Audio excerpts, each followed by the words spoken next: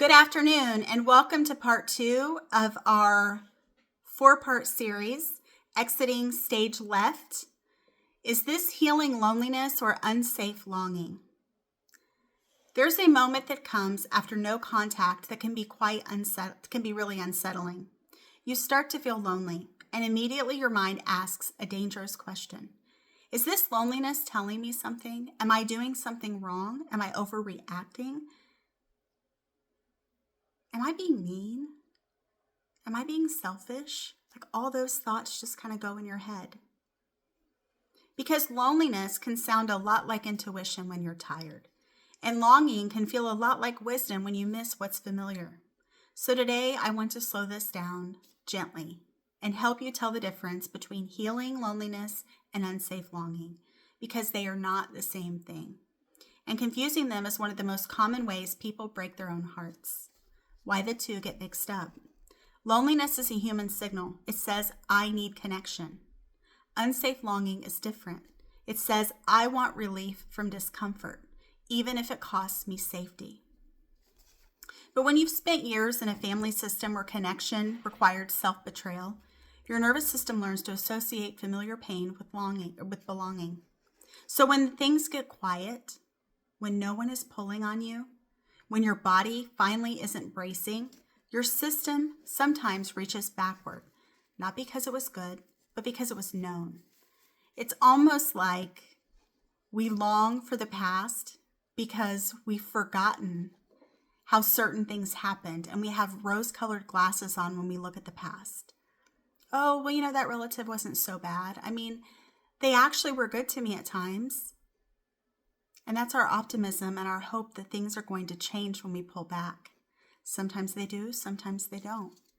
And that's the hard thing, to not know, if you're actually valued. And it can be hard, and it can be a hard pill to swallow to just kind of know that. Healing loneliness, what it actually feels like. Healing loneliness has a certain texture to it. It feels sad, but clean. Tender, but not panicked. Quiet, not urgent. You miss having people. You miss shared history. You might even miss moments that were genuinely good. And that's, rarely is anything, and I think I've said this in a podcast prior, rarely is a person or an experience all good or all bad, right? It's varying degrees. And I used to struggle with that with my all or nothing thinking. I would say, I really miss this person, but I feel guilty about missing them because trying to figure out the whole percentage of, what's good for me, what's not good for me. But when you imagine reconnecting, something in your body hesitates. There's a subtle no, even if your heart feels heavy. Healing loneliness invites new connection. It doesn't demand old harm. Unsafe longing, the body tells the truth, like the body keeps the score when you've experienced trauma. It feels urgent, tight, restless, like I need to stop feeling this. I need this feeling to stop now. You may notice a compulsion to explain yourself, fantasizing that this time it will be different, probably because you're hoping it will be different. No one wants to cut off from their family. No one. Minimizing what happened. Oh, it wasn't so bad. I was just too sensitive. Remembering only the best moments, and we tend to do that with the past sometimes. And here's the key difference. Unsafe longing is about regulating distress, not restoring relationship. It's not asking, is this safe? It's asking, can this make the discomfort go away? A grounding question that changes everything. When you're unsure which one you're feeling, ask yourself this. Am I wanting connection or am I wanting relief? Connection can wait. Relief demands action. And when something demands action right now, that's usually not intuition, it's dysregulation. And so you need to kind of maybe step back a little bit and find out what can actually give you some relief. Can joining social groups maybe potentially help? Can trying to find common interests among your friends or the people that you have? And I know people have said, oh, well, fake family, all that. People have said that.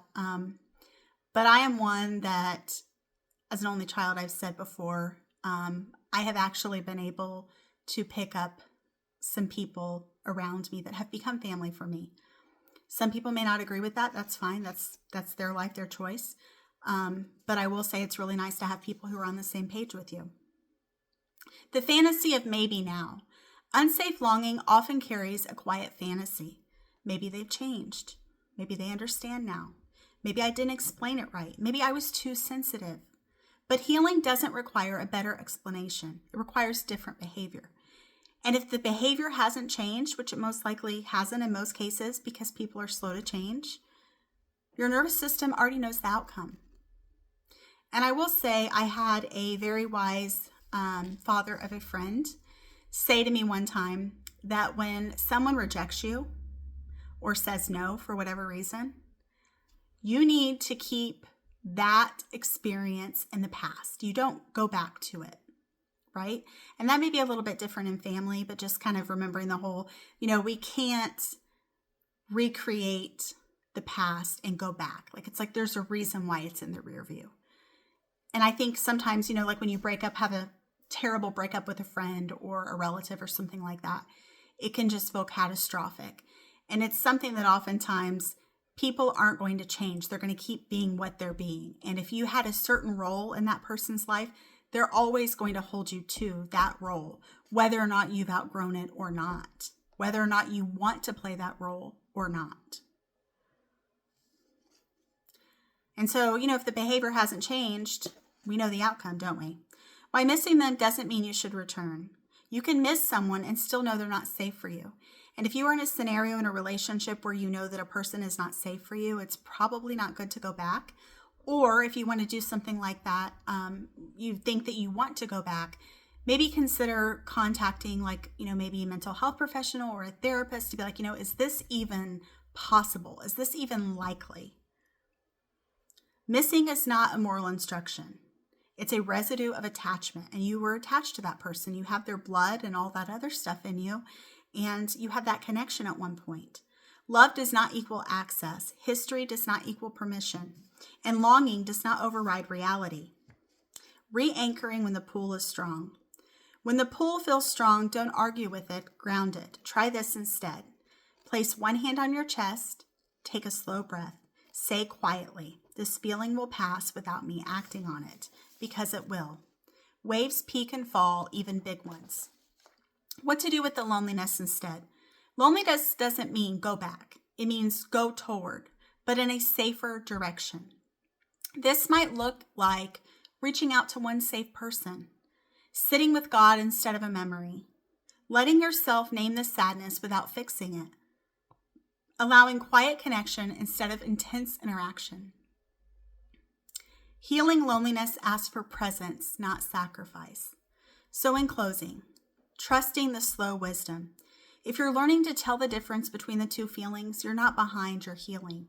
Discernment is a skill, and you have to keep flexing that muscle. And like all skills, it develops with patience, not pressure. You don't need to rush back into anything to prove you're loving. You don't need to reopen wounds to prove you're forgiving. You are allowed to miss people and still choose yourself. That's not hardness, that's maturity.